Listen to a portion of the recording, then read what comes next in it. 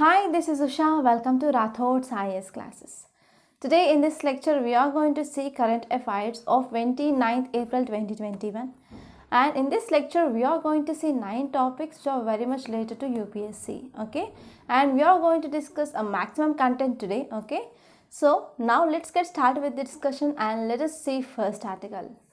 Title says 2 die of shock after earthquake in Assam. So this article mainly talking about this earthquake which happened in Assam. Okay, so this earthquake that led to death of 2 people because of shock, and as well as it caused injuries to number of people. So why this article is important? So if you open your static syllabus in GS1 under geography, you have a topic that is earthquake directly. So because of this will be very important. Okay, you need to know some facts regarding this earthquake and you need to refer static syllabus under this GS paper 1 regarding this earthquake. So now let us try to understand this article in a great detail. So this topic will be important regarding both prelims and also mains. So now let us try to discuss this article in a great detail. So if you see context, it mainly says that 2 people died of shock and at least 10 sustained injuries after an earthquake with a magnitude of 6.4. So you need to understand what is meaning of magnitude also, and you need to know what is this earthquake. Okay. So before seeing that basic facts, first let us see some details regarding this article. Okay. So if you see details, it mainly says that earthquake was felt across northeastern India and also even in Bihar, West Bengal region, even in Bhutan and Bangladesh. So because of this earthquake that happened, okay, around 1 to 2 am, okay, so that led to several buildings and as well as roads in northeastern states and as well as some western parts, they got damaged. Okay, so because of earthquake which happened in this region, especially in Assam, that led to damage to several buildings, roads in this area.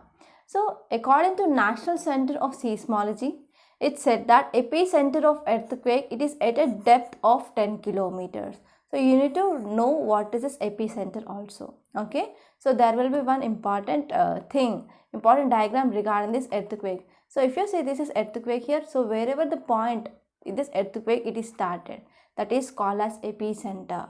Okay, so epicenter here is just 10 kilometers inside the surface of earth. Okay, so this epicenter here, so wherever earthquake point that triggered, that point is called as epicenter. Okay, so this is about epicenter. Epicenter, it is 10 kilometers, okay, in depth. It is according to data which is released by this National Center of Seismology.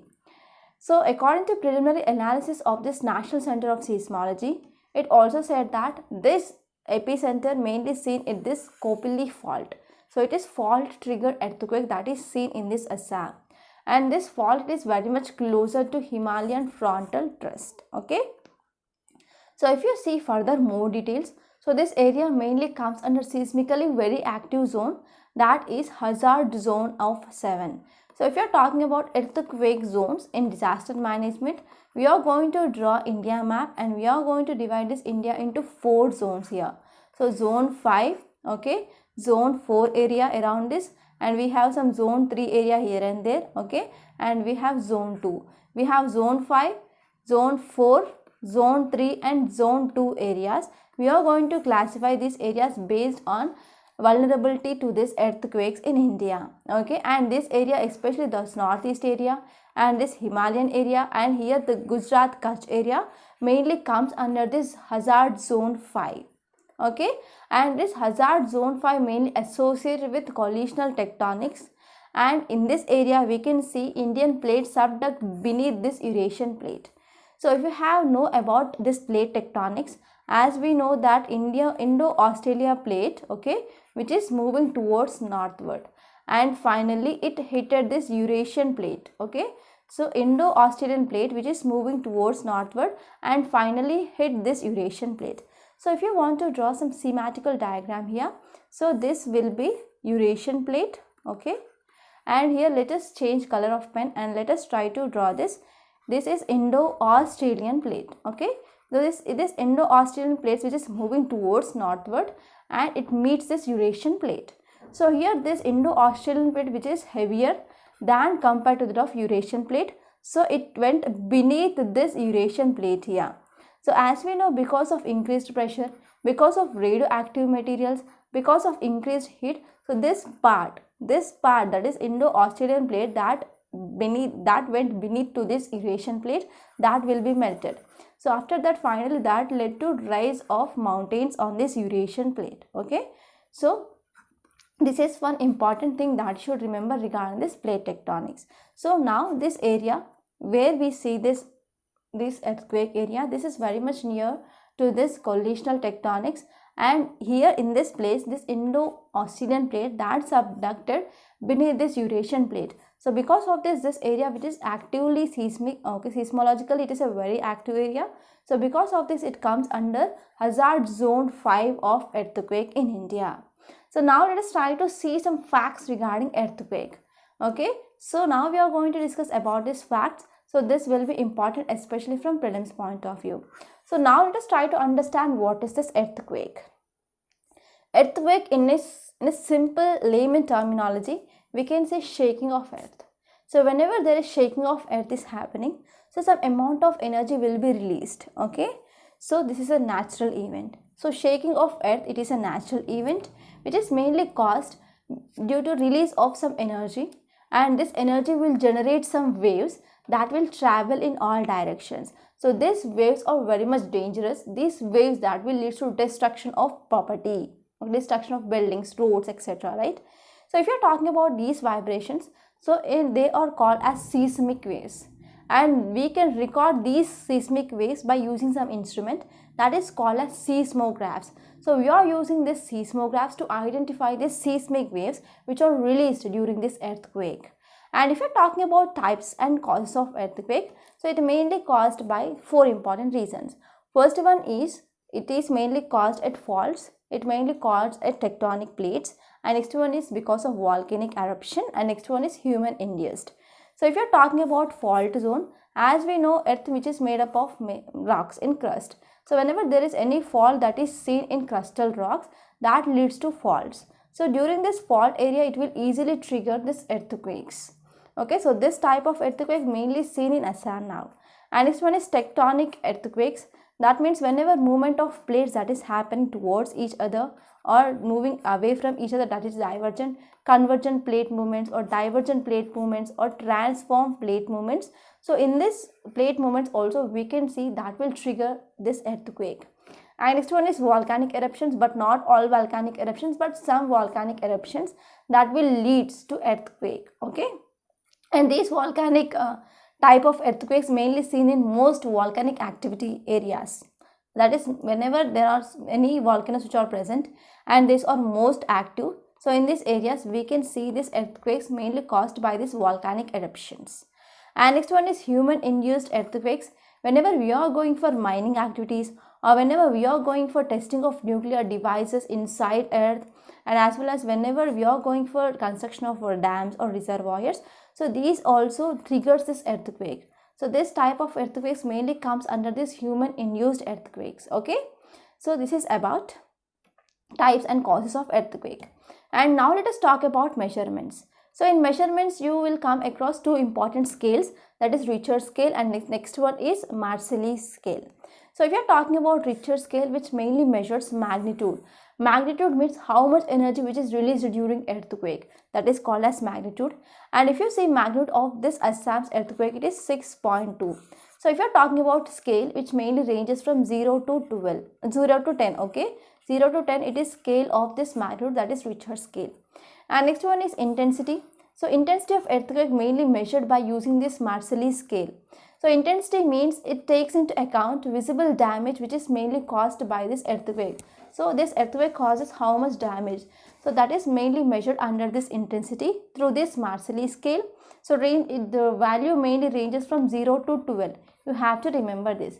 Intensity measured by this Marcelli, magnitude is measured by Richter scale, and here this value ranges from 0 to 10 and here this value ranges from 1 to 12. And if you are talking about types of waves, so whenever earthquake occurred, it will release energy, right? So this energy mainly released in form of waves, and these waves will be spread to all directions. So there are mainly, we can say, two types of waves. First one is body wave, second one is surface wave. And in this body waves we have primary waves and secondary waves. And if you open your NCERTs, there is a detailed description or detailed discussion regarding this body waves and surface wave that is seen in your NCERT. So I will refer you, please open your NCERT of Geography class 11th and try to see this topic. And next one is surface waves. So if you're talking about the surface waves, they are very much important because they causes damage to property. Here body waves will not cause that much damage, but these surface waves, they leads to collapsing of buildings or damaging of roads infrastructure that is caused by this surface wave. And in this surface wave we can commonly see two types of surface wave. First one is L wave or love wave, second one is Rayleigh wave. So you have to refer about these waves and you have to try to distinguish differences between this primary wave and secondary wave, and also love wave and Rayleigh wave. So this is your homework, and please let me know in comment box. Don't forget about this homework, right? And now let us see next article. Title says Covaxin shields from B.1.617 mutant of coronavirus. So this B.1.617, so it is an Indian mutant form, that is Indian double mutant form.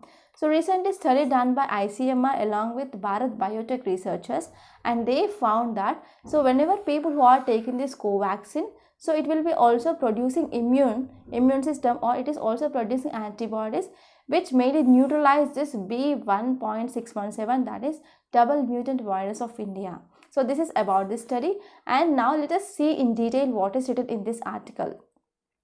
And this article will be important regarding health, which comes under GS paper 2. And now let us try to have a detailed discussion on this topic. So this article mainly talking about Covaxin. So what is this Covaxin first? So in India, we have two vaccine candidates that got approval, that is emergency use authorization from Drug Controller General of India. So first one is Covishield, second one is Covaxin, right? So now we are going to discuss about this Covaxin, so which is vaccine candidate in India against this COVID-19, okay? And it got emergency use authorization from Drug Controller General of India. So if you see context, it mainly says that a study has found that people who have been vaccinated with this Covaxin, they have protection against double mutant virus in India, okay? Name which is given here is B.1.617 variant. So this is a variant first found in India, and now it's spread to different countries. We can see more than 20 countries are having this mutant virus, okay? So this study mainly conducted by ICMR along with Bharat Biotech researchers, okay? And this study mainly posted in BioVix, okay? And now let us see details of this article. So for 21 countries, they have detected this variant of a double mutant virus. And recent study mainly conducted among people who took or who participated in phase 2 clinical trials. And study mainly says that they collected serum from 28 people who participated in this phase 2 clinical trials. And out of this 28 people, 17 people, they were infected with other older strains of SARS coronavirus 2, and they have recovered. And they also found that so in those people who took this Covaxin, so they are also having some neutralizing capacity or neutralizing antibodies which are against this double mutant virus, okay, which is found in India. So earlier study has found that Covaxin also neutralizing UK variant, and name of that UK variant of this coronavirus is B.1.1.7, okay.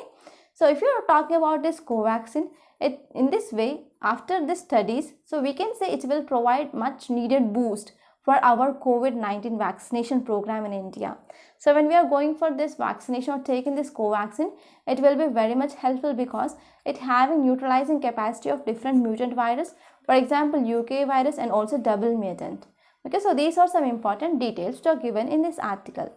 And now let us talk about some facts regarding what is this double mutant variant. Okay, so B.1.617 variant has two mutations.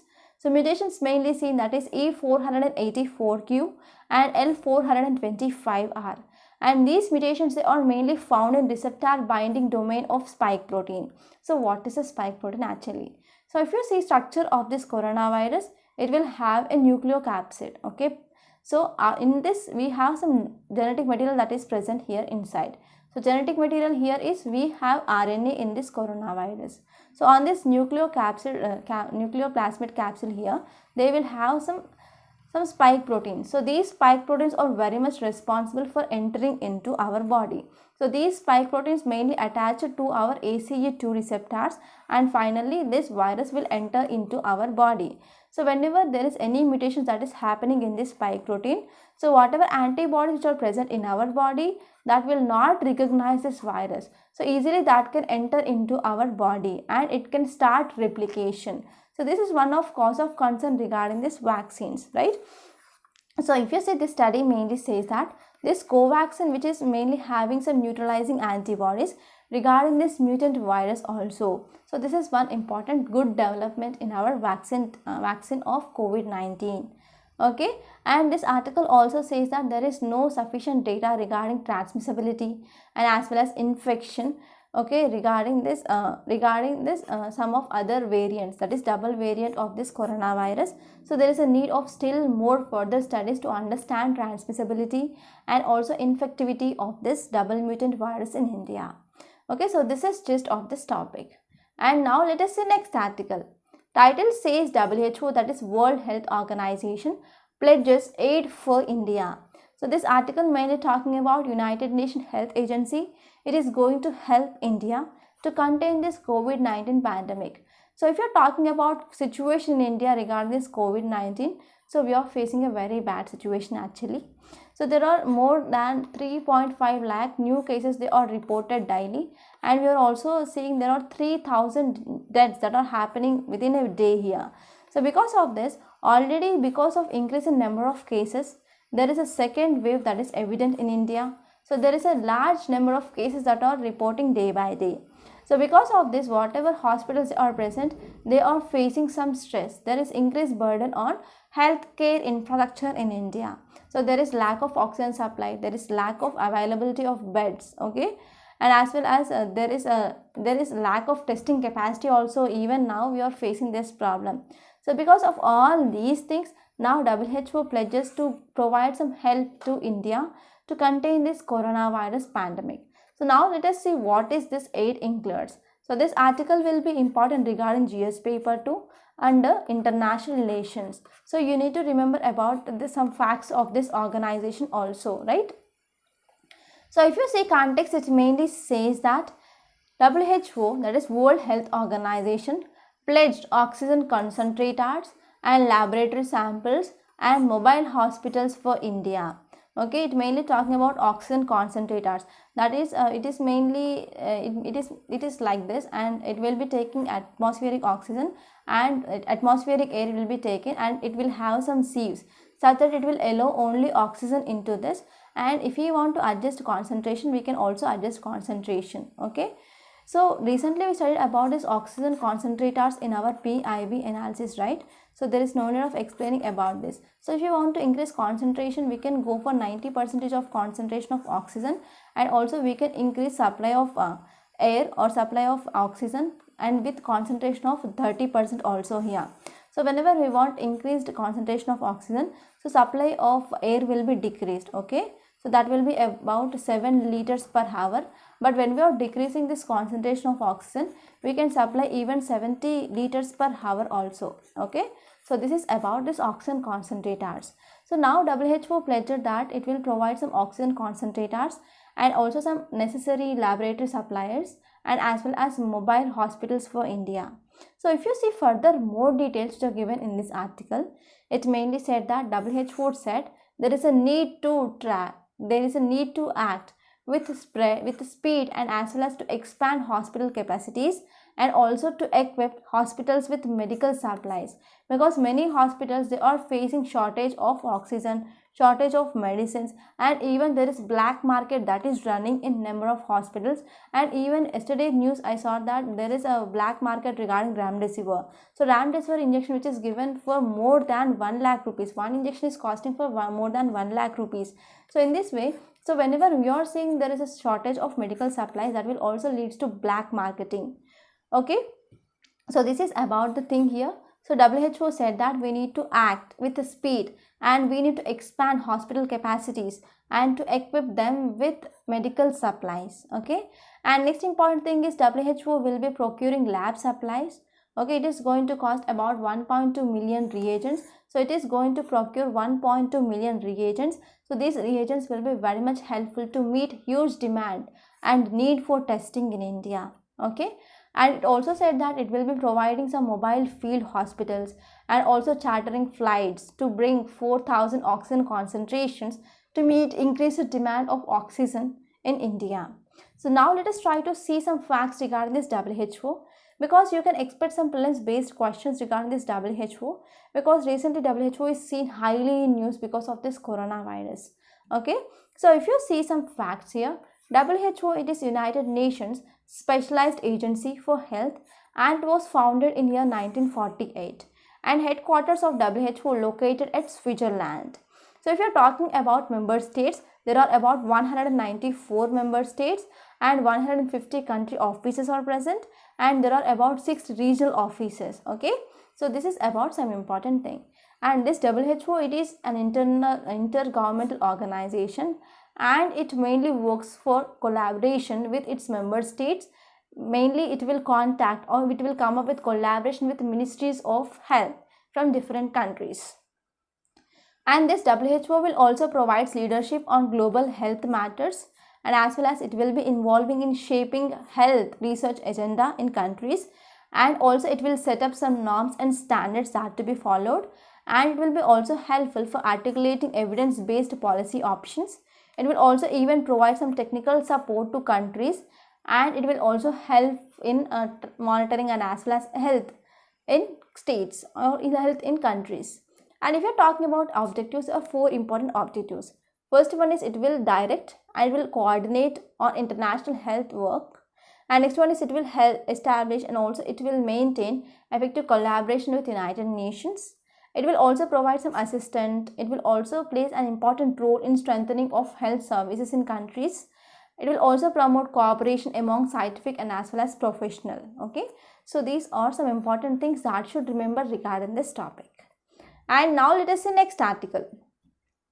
Title says new act give more powers to Delhi Lieutenant Governor. So background of this article we already discussed in our Hindu analysis, that is earlier Hindu analysis videos, right? So this article mainly talking about GNCT Act of 2021.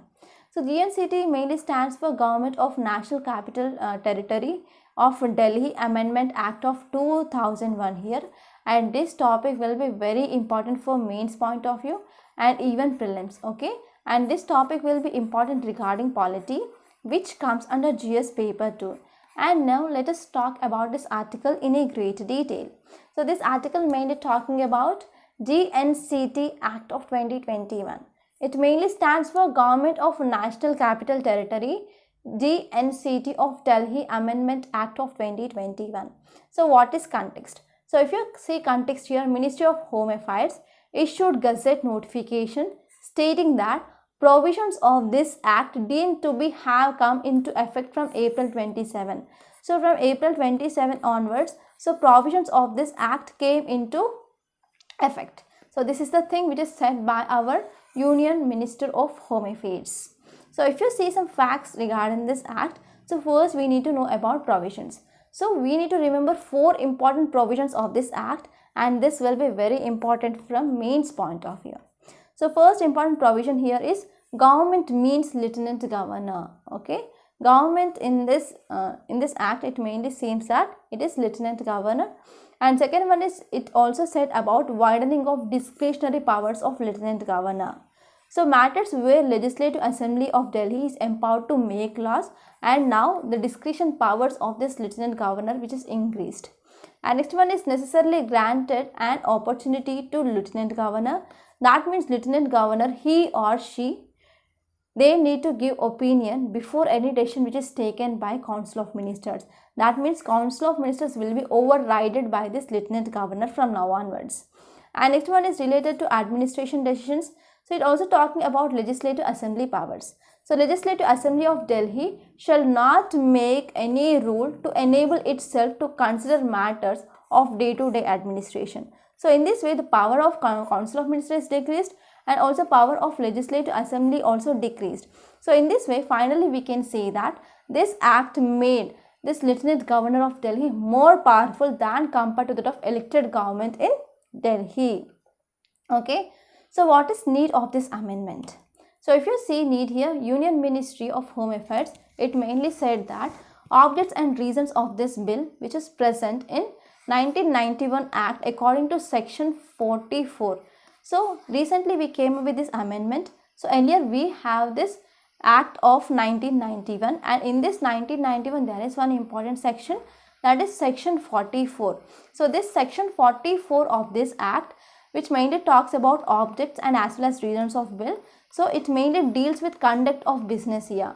So recently our Ministry of Home Affairs said that there is no structural mechanism for effective time bound implementation here. So because of this, there is a need for amendment to this act. And he also said that there is no clarity regarding proposals or matters which are mainly required to be submitted to Lieutenant Governor. So because of these two reasons, there is a need of amendment, and bill mainly proposed in Lok Sabha and finally passed.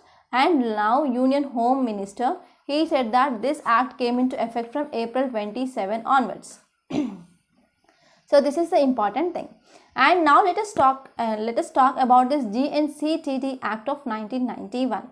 So if you are talking about some facts regarding this Government of National Capital Territory of Delhi Act of 1991, it mainly says that Delhi's current status, that is Union Territory with Legislative Assembly, which is outcome of 69th Constitutional Amendment Act.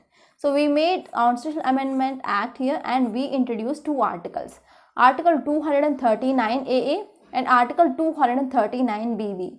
So these articles mainly those are responsible for current status of Delhi now, that is Union Territory with Legislative Assembly. So later on, this GNCTT Act passed by government. So this act mainly supplemented constitutional provisions which are mainly relating to Assembly and Council of Ministers in National Capital Region. And this act also outlines the powers of Assembly, discretionary powers which are enjoyed by Lieutenant Governor, and also it talks about duties of Chief Minister with respect to any matters that need to furnish to Lieutenant Governor. So this is about this act, and these are some important things that you should remember. And now let us see next article.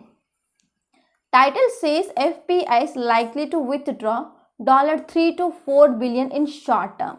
So this article mainly talk about foreign portfolio investment. If you are talking about foreign investment in India, we can divide into FDI, that is foreign direct investment, and next one is foreign portfolio investment or foreign institutional investment here. So this article mainly talking about this FPIs or FIIs. So what it is saying that, so because of the second wave of coronavirus now, okay, so whatever investors who invested in India through this FPI mode, they are going to withdraw from India. It is about $3 to $4 billion. So this is some of background here. So in this context, this article will be important regarding economy, which comes under GS paper 3 under static syllabus of economy. So this is very important. You need to know about what is FDI, what is FPI, and what are differences between this FDI and FPI. So this is your homework, and please try to let me know in comment box, and don't forget about this homework. So whenever I am giving any homework, please try to do that. Please try to at least search that. Okay. So now let us try to see this article in a great detail. So if you see context, it mainly says that FPI, that is foreign portfolio investment, which mainly pulled out $2 billion from Indian equities because of rises in this second wave of coronavirus, right? So it is likely to worth about $3 to $4 billion. As of now, about $2 billion they are withdrawn, and there are estimates like $3 to $4 billion will be withdrawn because of increase in cases of this coronavirus. So this is context. And if you see some important details regarding this article, it mainly says that this foreign portfolio investment had pumped in record $39 billion in financial year 2021. Between September 2020 and March 2021, ownership that had jumped in this foreign portfolio investment. So these FPIs, they are one of biggest market markets and as well as market makers and as well as market breakers in domestic equity market. And whenever there is outflow of these FPIs from India, so it will hit Indian market badly. So this is the details. And now let us try to understand what are these FPIs. So FPIs mainly contains some securities and also other some financial assets.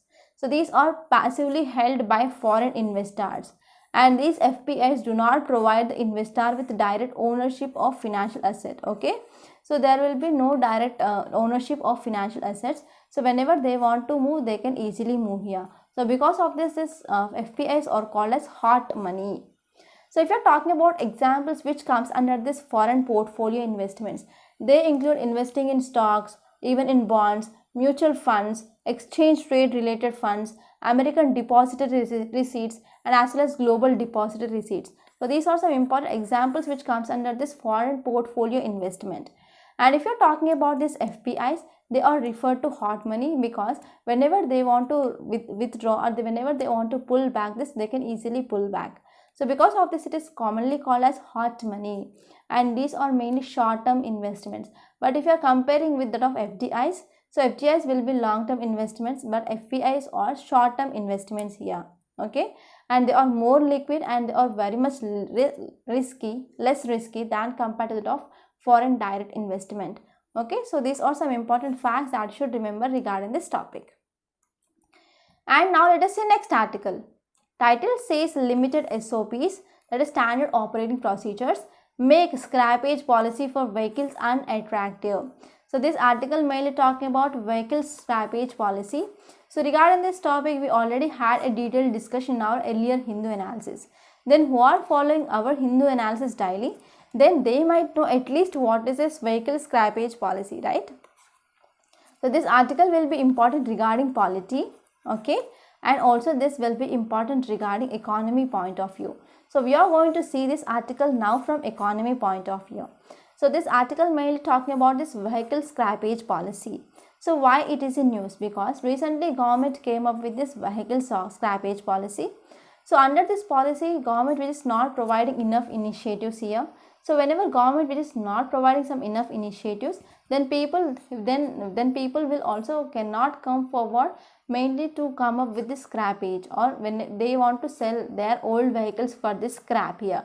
So because of this, it is one of cause of concern, and this article mainly says that whenever there is no potential benefit which is provided by government, so this policy will be unattractive. So this is some background. So now let us try to see this article in a great detail. So this article mainly talking about this vehicle scrappage policy, right? So if you see context, it mainly says that there are some limited incentives and poor cost economics for trucks, okay, in this vehicle scrappage policy. It also added with the lack of addressable volumes of other segments. So there is a limited incentives, that is government is not providing good incentives, and there are also poor cost economies that is seen in this vehicle scrappage policy, and there is also lack of some addressable volumes. So because of all these things, it is unlikely to drive this freight transporters to replace their old vehicles with new ones. So because of this, the people, they are not interested or they are not coming forward to sell their old vehicles to scrap and to come up with new vehicles. So this is context. And now let us see some important details here. So this is the data which is given according to CRISIL. CRISIL is one of India's credit rating agency here. So according to CRISIL, many buses, they are owned by state transport undertakings. Life will be less than or equal to, or we can say just more than 15 years. But if you're talking about buses which are operated by intercity or staff for school and as well as for tourist segments, they did not have life beyond this 15 years. So whenever state transport undertakings, they can have life of more than 15 years, and for these buses which are operated for intercity, staff, school and tourist segments, so here they do not have life which is beyond 15 years here. So because of this, they will come under this out of sight of this scrappage policy here. So if you see here under this scrappage policy here, so we are talking about vehicles which are more than 15 years and 15 years to 20 years. So because of this, whenever life cycle of these buses or whenever life cycle of these buses which are operated in this intercity staff and also used for school and as well as tourist segment, which have life beyond do not have life beyond 15 years. So because of this, these vehicles that will not come under this scrappage policy. So these are outside of this scrappage policy. So why this policy it is unattractive? Why CRISIL it is saying that this policy is unattractive? Because whenever we are having these passenger vehicles, whenever they want to go for renewal, they need to pay some registration fee. So here this scrappage policy mainly proposed for registration fee of about 600 rupees to 5,000 rupees that need to be given, and if they pay this amount which is prescribed between 600 rupees to 5,000, so again this vehicle will be valid for 5 more years here. Okay, so this is applicable for vehicles which are older than 15 years. So if you are talking about vehicles which are 15 years old, more than 15 years of old, they need to go for scrapping here. But if you see here, whenever they are going for entry level, whenever they are going for scrappage policy, for example, if you take this entry level small car, so whenever we are going for scrappage policy, it will get rupees 70,000 rupees, right? But whenever they are going for resale of that, their value is about 95,000. So if they pay just 600 to 5,000 rupees, and again they can extend it for 5 years. So after extended for 5 years, whenever they are going for resale rather than that of scrappage, they will be benefiting more 25,000 rupees, right? So because of this, whenever there is no proper incentives which are provided by government, and whenever there is no proper implementation of this policy here, so that will be unattractive. So this is the report which is given according to CRISIL. Okay, and now let us try to talk about some facts regarding this vehicle scrappage policy. So recently our minister, that is Union Road and Transport Minister, announced about this vehicle scrappage policy, and about this vehicle scrappage policy which was first introduced in Union Budget 2021 to 2022, and this scrappage policy estimated to cover about 51 lakh light motor vehicles which are about 20 years of age, and about 35 lakh light motor vehicles which are about 15 years of age. Okay, and next one is important aim, it is to reduce the population of old and defective vehicles we can bring down whenever we are going for scrappage policy. And next one is whenever we are using this unfit vehicles on road, it will also release large amount of pollutions. Mainly we are talking about now net zero emissions, and we need to decrease our carbon dioxide emissions. We achieve our target of Paris Climate Deal or Paris Agreement here. So because of this, we need to decrease this vehicular air pollution. So whenever we are going for this effective vehicle scrappage policy, we can also decrease this problem of air pollutants to be released in air. And next one is it will also improve road and also vehicular safety also. So these are some important aims of this policy. And if you are talking about provisions here, so we can divide these provisions into 4 types. So first one, it is about fitness. So after taking new vehicle, after completing of 15 years, they need to go for renewal. Okay, so this 15 years, or it may be altering based on vehicles which are used for which purpose. For commercial vehicles it will be less, for private vehicles it will be more. Okay, more time will be given for renewal period. So if you see, under this fitness, under this vehicle scrappage policy, so old vehicles will have to pass fitness test before re-registration. Okay, government commercial vehicles should not be used more than 15 years, and within this 15 years they need to go for re-registration process, or they have to go for fitness test. And this one is for private vehicles, they have time, it is more than 20 years. And if you are talking about road tax rebate, state government said that it will be advised to offer some road tax rebate for 25% for personal vehicles and 15% for commercial vehicles. So in this way it will give some incentives for owners to go for this old vehicle to scrap.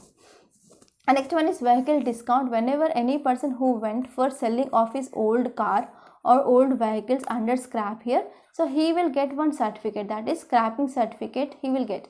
So after whenever he is getting this scrapping certificate, whenever he is taking that certificate to manufacturer here, and whenever he want to buy a new vehicle here, whenever this person which is showing the scrappage certificate, he will get 5% discount on amount of that vehicle, and also he will be getting some free registration also.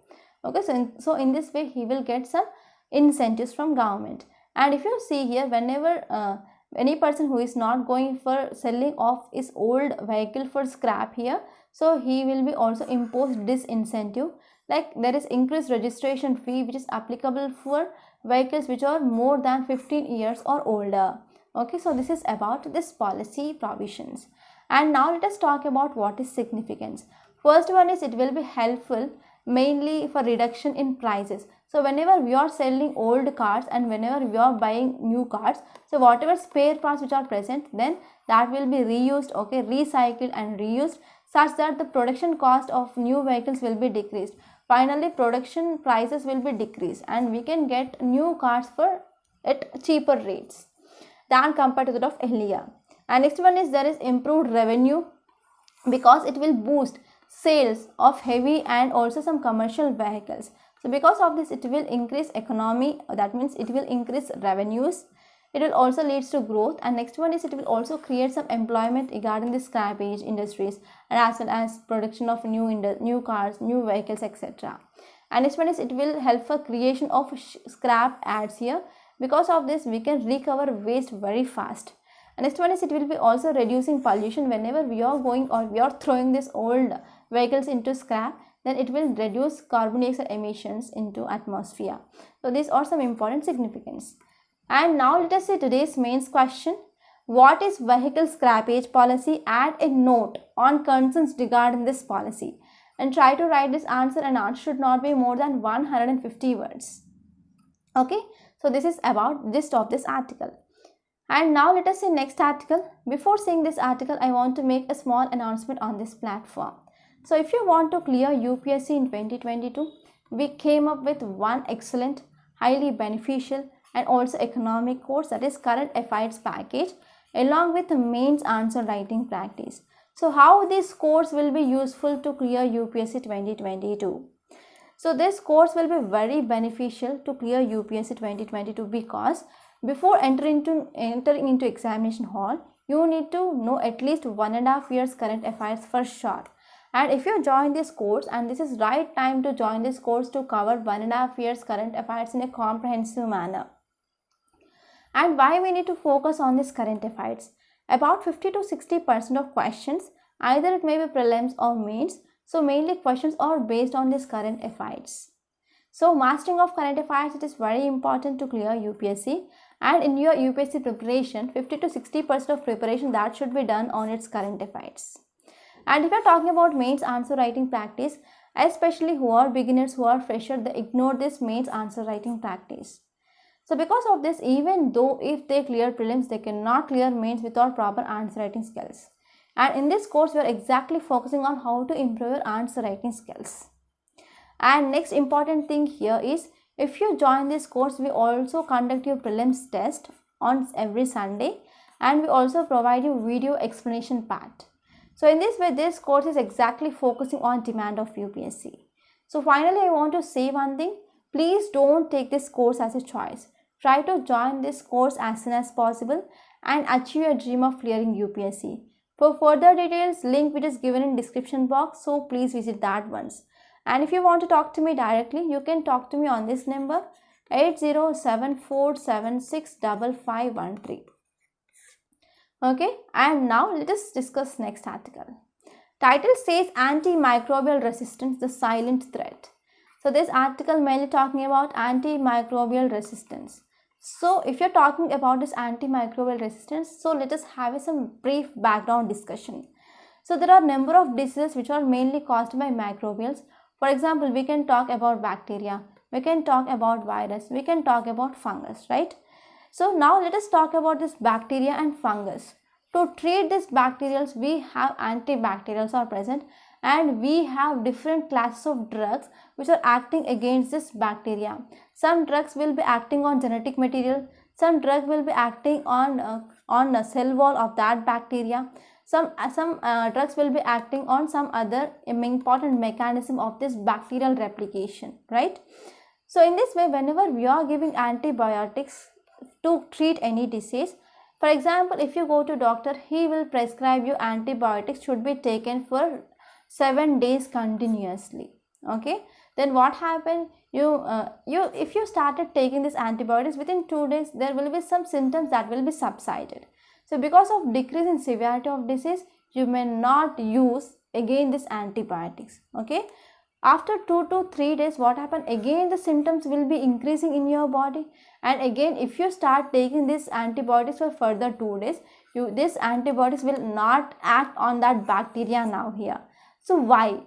For example, if you have a bacteria in this shape, for example, let us take this is a bacilli which is present and it is causing disease in your body. You are taking this antibiotic. So this antibiotic mainly acting on, for example, let us take cell wall of this bacteria. Okay, so this bacteria, this antibiotic which is acting on cell wall of this bacteria.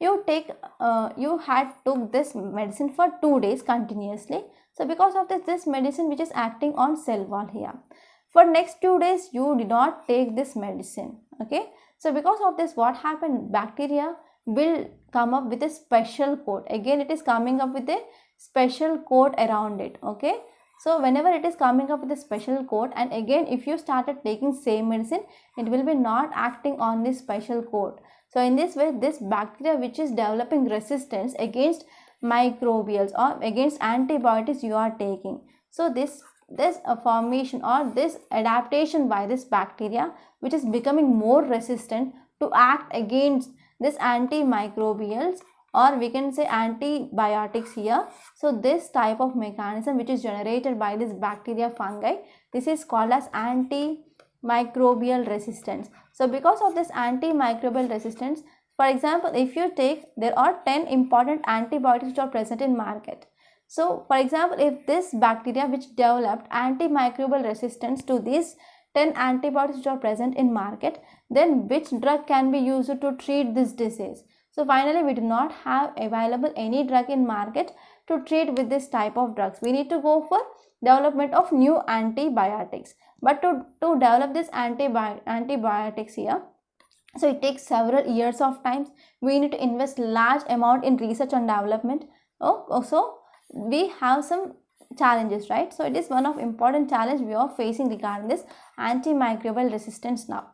So this topic will be very important regarding GS paper 3 under science and technology. So this is about some background regarding what is this antimicrobial resistance. So if you are a student from science background, for example PharmD or B Pharmacy or medicine, then you can easily understand, okay, regarding this antimicrobial resistance. For students who are coming from arts background and engineering background or maths background, they need to know about this antimicrobial resistance. That means we can say in simple words, so we are taking antibiotics, but these bacteria which is developing resistance against those antibiotics. So this phenomena is called as antimicrobial resistance.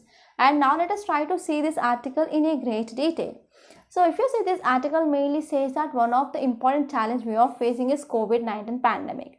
So not only this COVID-19 pandemic we are facing this challenge, but also we are going to face a great challenge in our 21st century, that is antimicrobial resistance. So what is this antimicrobial resistance? So this antimicrobial resistance, it is a phenomena by which bacteria and even fungi, they evolve themselves and they will become more resistant, and they will not respond to antibiotics we are taking now. Okay, so this phenomena is called as antimicrobial resistance. So why it is a biggest challenge? So if you see, according to data which is released by World Health Organization, it mainly says that antimicrobial resistance, which is very much responsible up to 7 lakhs death in a year here. Okay, so because bacteria mainly causing some deadly diseases like TB it is caused by bacteria, and even there are many important diseases like pneumonia, so there are many diseases which are causing by this bacteria. So whenever this disease causing organism, they are having some adaptation, and whenever they are coming up with production of, whenever they are resistant toward this antibiotics, then that will lead to severity of disease, that will lead to increase in stay in hospitals. Finally it will lead to other infections, and it will finally lead to loss of life. So because of all these things, WHO data says that because of this antimicrobial resistance, there are about 7 lakh deaths that are seen in every year here.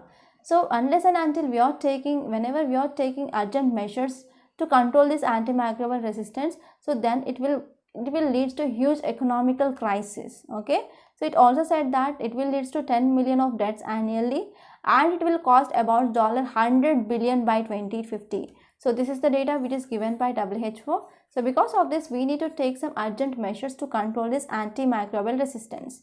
So now let us try to see what are reasons for this antimicrobial resistance. First one is antibiotic consumption in humans. That means unnecessarily when we are taking antibiotics, or whenever we are not taking antibiotics as per prescribed time. Okay, that will leads to multiple antibiotic resistance. And next one is social factors. For example, when we are taking self medication, when we are going for pharmacy, and if you are telling your signs symptoms, they will prescribe you antibiotic for sure. So because of this, what happened, because of this self medication also, that will leads to antibiotic resistance.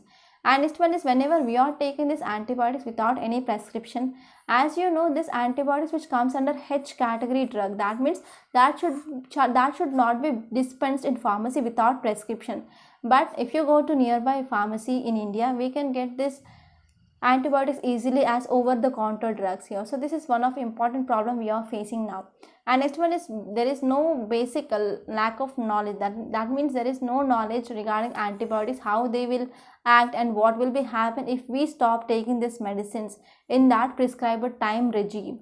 So these are some important social factors that is leading to emergence of antimicrobial resistance. And next one is cultural factors. For example, recently we also saw Kumbh Mela in Haridwar area, right? So whenever we are going for religious bathing, for example, in rivers, when we are going for bathing, there are thousands, millions, lakhs of people, they are taking bath at once.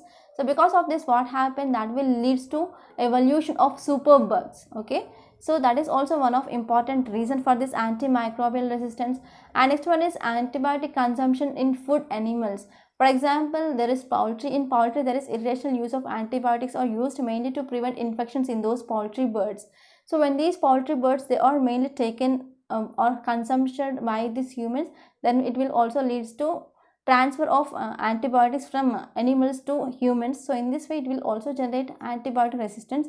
And one important antimicrobial resistance that is seen in poultry is towards colistin.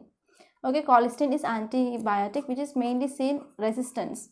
Okay, now, and next one is pharmaceutical industry pollution. So whenever any pharmaceutical industry which is producing this antimicrobials, and whatever effluents or whatever waste that is released directly into rivers or water, then that will also lead to antimicrobial resistance.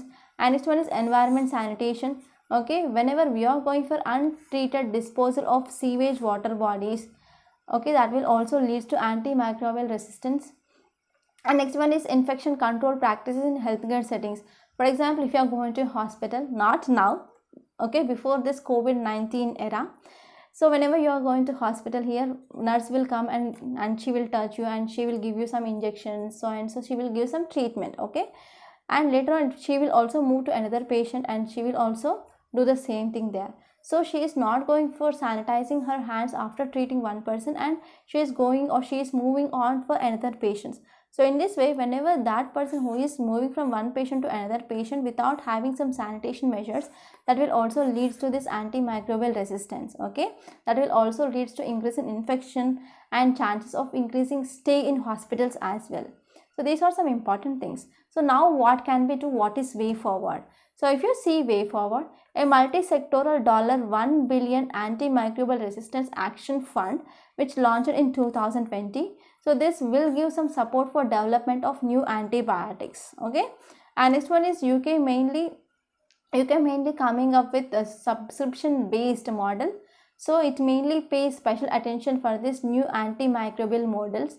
Okay, and it's also dealing about this commercial viability of this new antimicrobial project. And next one is we need to go for appropriate use of this antimicrobials.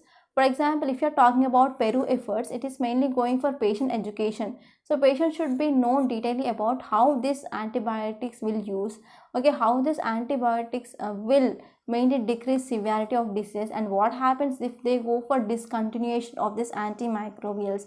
Okay, what will be other health impacts. So we need to go for patient counseling or patient education after prescribing these antibiotics.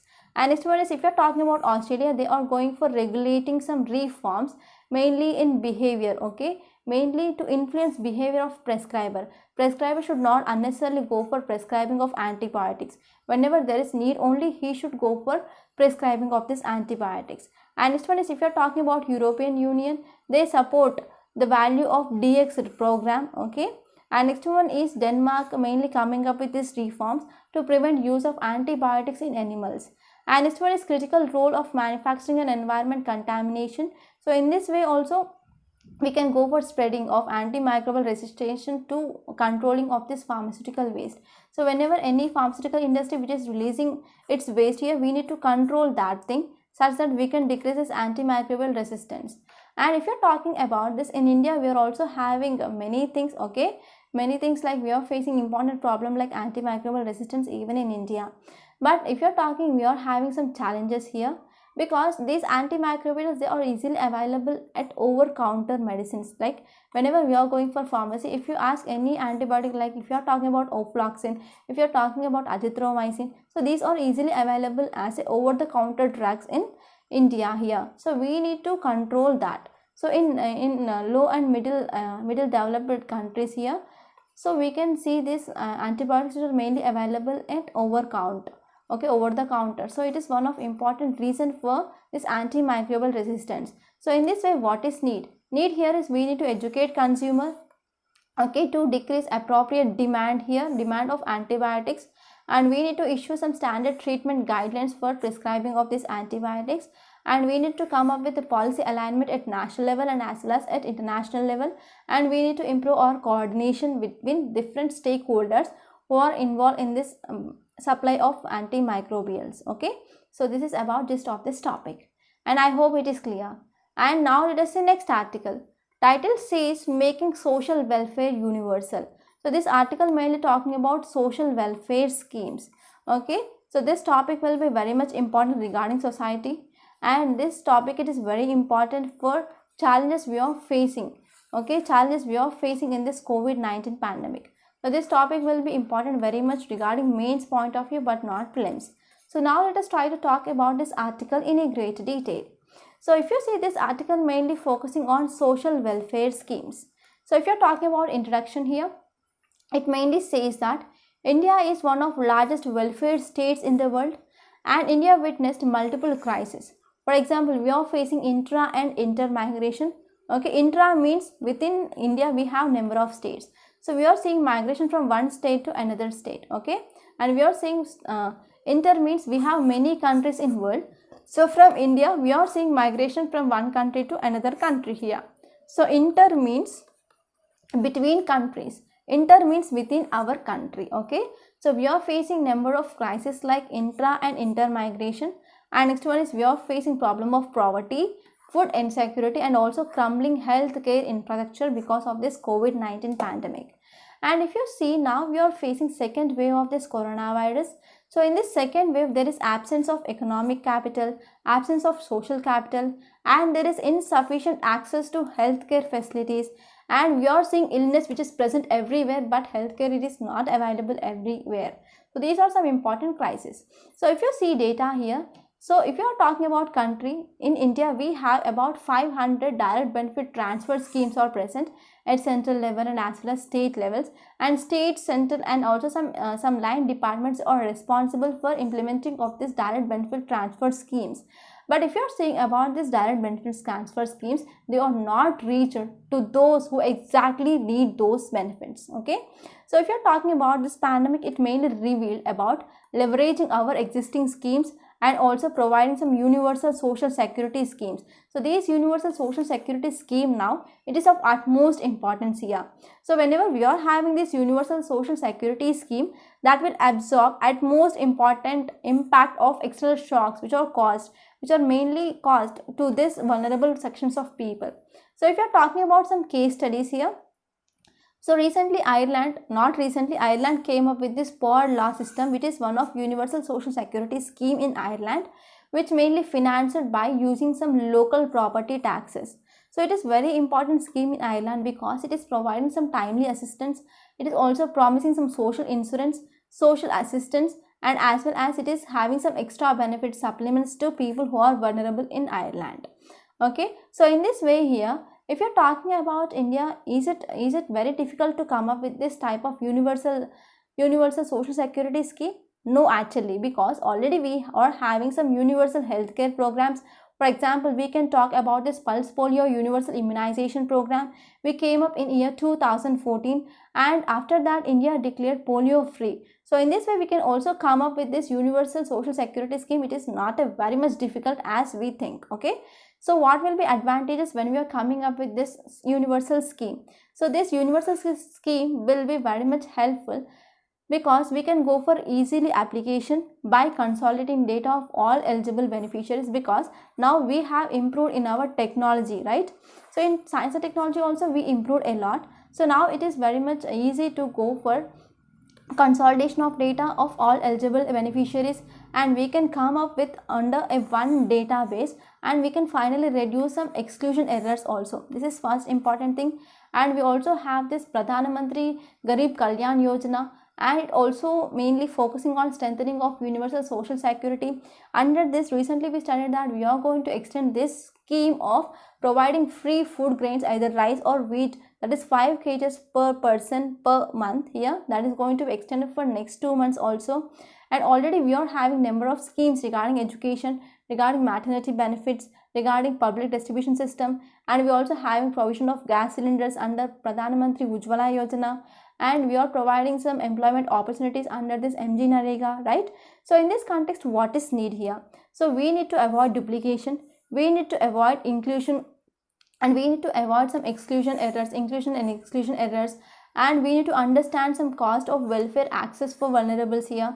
We need to go for targeted beneficiaries, okay, and we need to focus on mainly data digitalization, data driven decision making, and also collaboration across different government departments. So this is the need, and this is way forward.